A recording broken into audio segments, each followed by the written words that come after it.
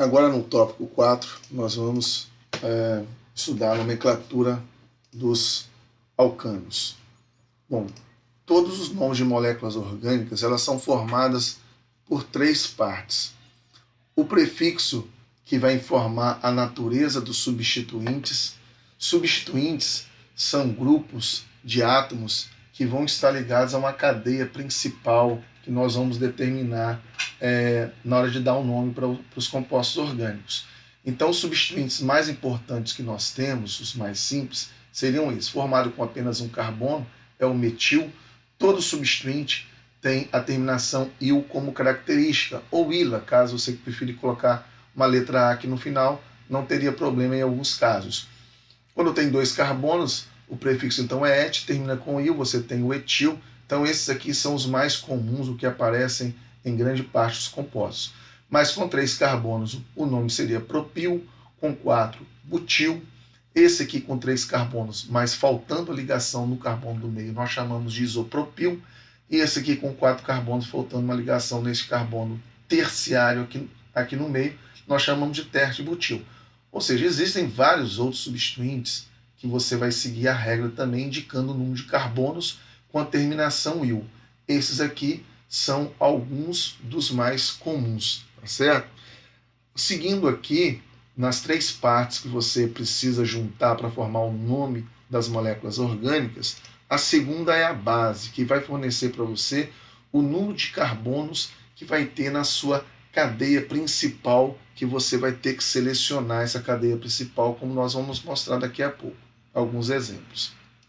E também o sufixo. Esse sufixo ele fornece qual é a família, o grupo funcional do composto orgânico. Por exemplo, um hidrocarboneto, como um alcano, termina com O.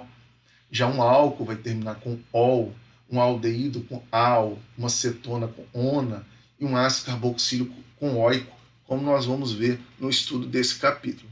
Essas regras para dar nome para compostos orgânicos foi estabelecido pela IUPAC, que é a União Internacional para a Química Pura e Aplicada.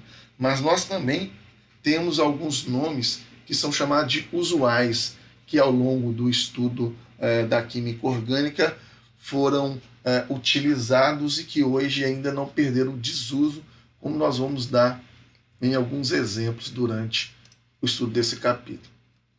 Então, para dar nome para um alcano, você deve seguir essa sequência. Você deve descobrir a cadeia mais longa e utilizar ela como a cadeia principal do nome do composto. Você deve numerar os átomos de carbono começando pela ponta mais próxima ao substituinte, porque o substituinte ele vai ter que ter o menor número possível na numeração dessa cadeia carbônica. Então você vai dar o nome e a posição de cada substituinte antes de você dar o nome da cadeia principal. Então a gente vê esse exemplo aqui. Essa cadeia carbônica, que é a principal, ou seja, aquela com o maior número de carbonos, é essa aqui, que foi dobrada aqui. Nessa molécula, então, você numera a partir dessa extremidade, porque é próximo dessa extremidade que você vai ter o substituinte metil. Então, você numerou, são 6 carbonos, então você dá o nome da seguinte maneira. Você cita a posição do substituinte 2, entre número e letra você sempre coloca um hífen para separar, então o nome do composto é 2-metil, e agora, como você só tem um substituinte, você já citou, basta você escrever o nome dessa cadeia principal. Se essa cadeia principal tem 6 carbonos, X, que indica 6, se só tem ligações simples entre carbono, AN, que indica ligações simples, e termina com O, porque isso é um hidrocarboneto. Você pode remover a letra H aqui quando nós escrevemos em português, tá certo? Bom, quando você tem mais de 2 substituintes ligados na sua cadeia carbônica, você deve listá-los sempre em ordem alfabética, como está mostrando esse exemplo aqui. A cadeia principal, então, é essa aqui, com essa sequência, maior número de carbonos, dessa forma que foi destacado aqui para vocês. Então, existem agora 4 substituintes ligados nessa cadeia carbônica principal. 3 substituintes que são o metil e um substituinte que é o etil. Você vai começar a numerar dessa extremidade aqui, porque aqui está mais próximo de um substituinte metil. Então o número menor aqui seria o número 2. Se você começasse a numerar de cima, seria 1, 2, 3.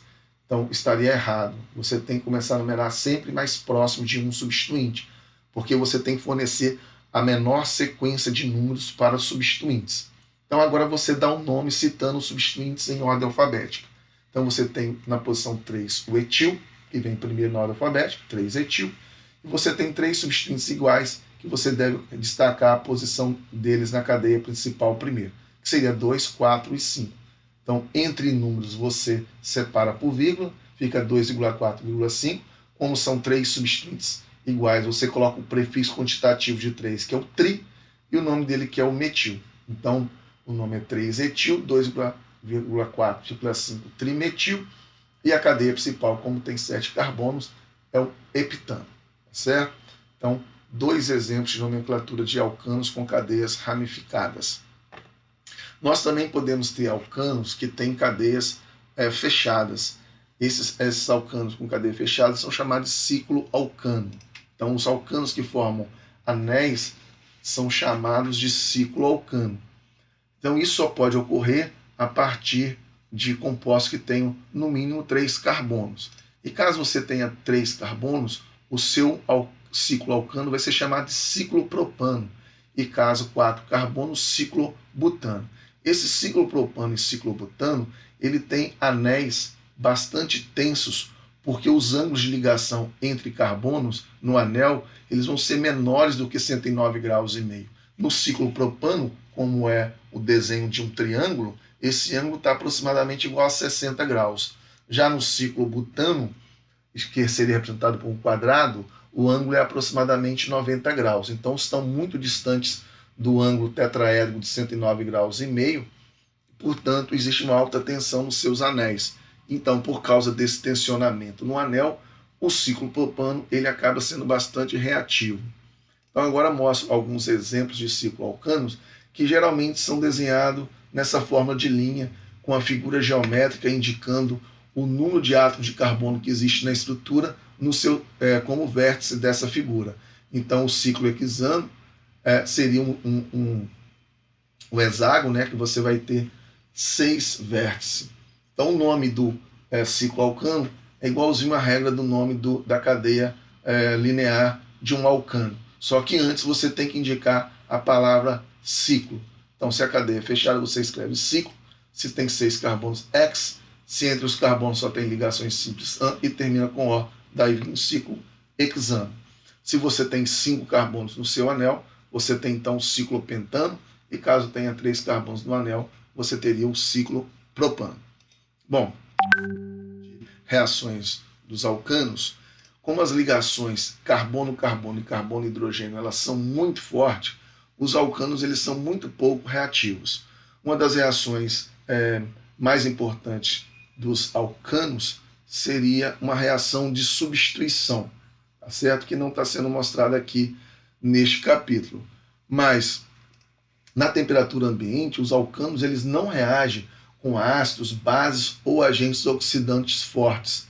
Então, os alcanos, fora a reação de substituição que eu falei que é importante para alcano, eles têm como característica as reações de combustão, né? Porque eles queimam no ar, assim como a grande maioria dos compostos orgânicos, que eles são combustíveis. Mas os alcanos, eles são combustíveis especiais aí, que são usados, né, como combustíveis de automóveis no nosso dia a dia nas cidades, né? Aqui está mostrando, então, a reação de combustão do etano.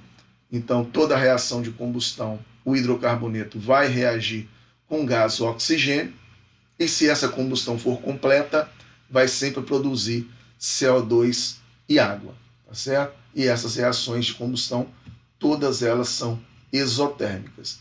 Então, essa reação de queima é uma reação comum na grande maioria dos compostos orgânicos, ou praticamente quase todos. Mas, especialmente os alcanos, eles são utilizados como combustíveis nas indústrias e nos automóveis, tá certo? Então, finalizamos o estudo do tópico 4 aqui, e até a próxima aula.